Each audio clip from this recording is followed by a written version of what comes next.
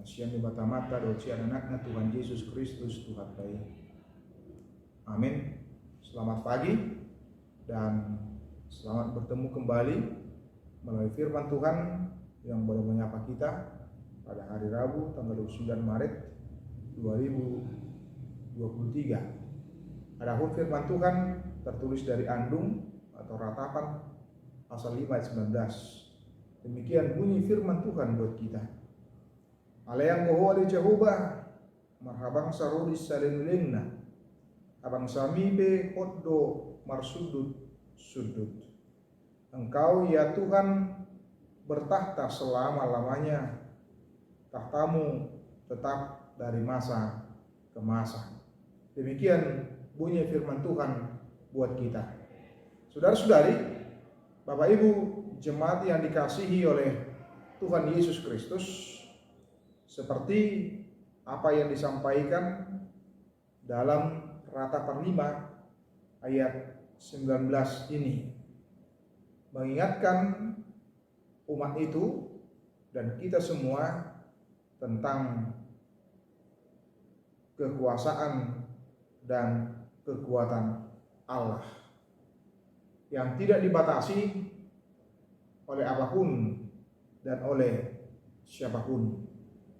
Hal ini perlu ditegaskan ulang di tengah-tengah umat itu yang sedang meratap atas pembuangan, penderitaan yang mereka alami dan hadapi, yang bisa saja membuat mereka berputus asa, membuat mereka kehilangan harapan, dan seolah-olah Tuhan tidak berbuat apa-apa dan tidak mau melakukan apa-apa.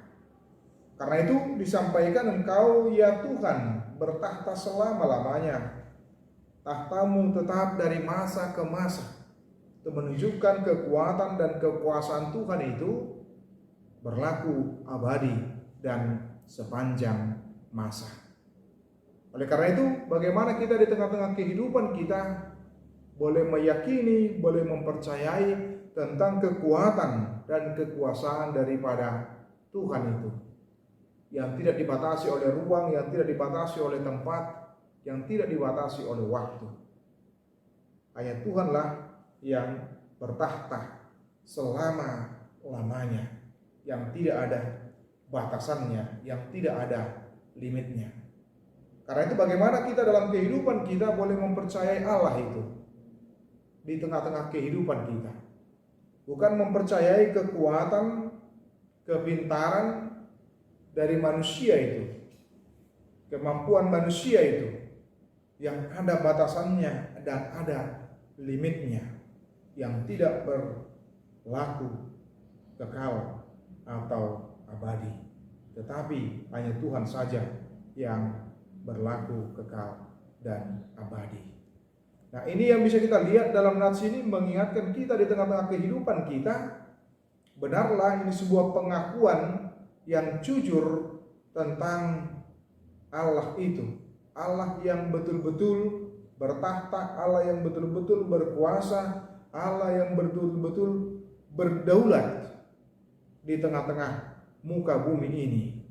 Nah, ini menjadi bagian peringatan bagi kita di tengah-tengah kehidupan kita, sama seperti penulis kitab Ratapan, bagaimana dalam Ratapan 5 ini adalah bagian dari doa untuk pemulihan, sehingga perlu ditekankan kembali tentang pertolongan dan kekuatan dan kekuasaan Tuhan.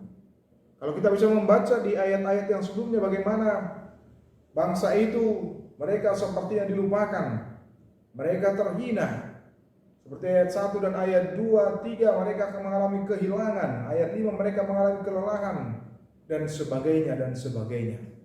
Ada banyak yang mereka ungkapkan, sampaikan oleh karena penderitaan yang mereka alami dan mereka hadapi. Tetapi di tengah-tengah situasi seperti itulah firman Tuhan berkumandang kepada mereka agar betul-betul yakin dan percaya kepada Tuhan di tengah-tengah kehidupan umat itu. Walaupun mereka mengalami pembuangan, walaupun mereka mengalami penderitaan, tetapi diingatkan bahwa ternyata Tuhan itu tetap sayang kepada mereka. Ketika mereka dibuang, sesungguhnya itu adalah karena konsekuensi ketidaktaatan mereka di dalam kehidupan mereka, yang tidak mau mendengarkan Allah, yang tidak mau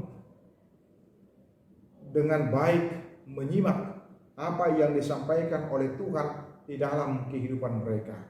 Karena itu, mari kepada kita semua, supaya kita boleh bersungguh-sungguh untuk boleh taat dan mengizinkan Tuhan bertahta, berkuasa, berotoritas, termasuk dalam kehidupan kita, di dalam hati kita, di dalam diri kita masing-masing, sehingga kita boleh dengan baik melihat setiap pekerjaan Tuhan, meskipun kita menghadapi tantangan dan rintangan di dalam kehidupan kita.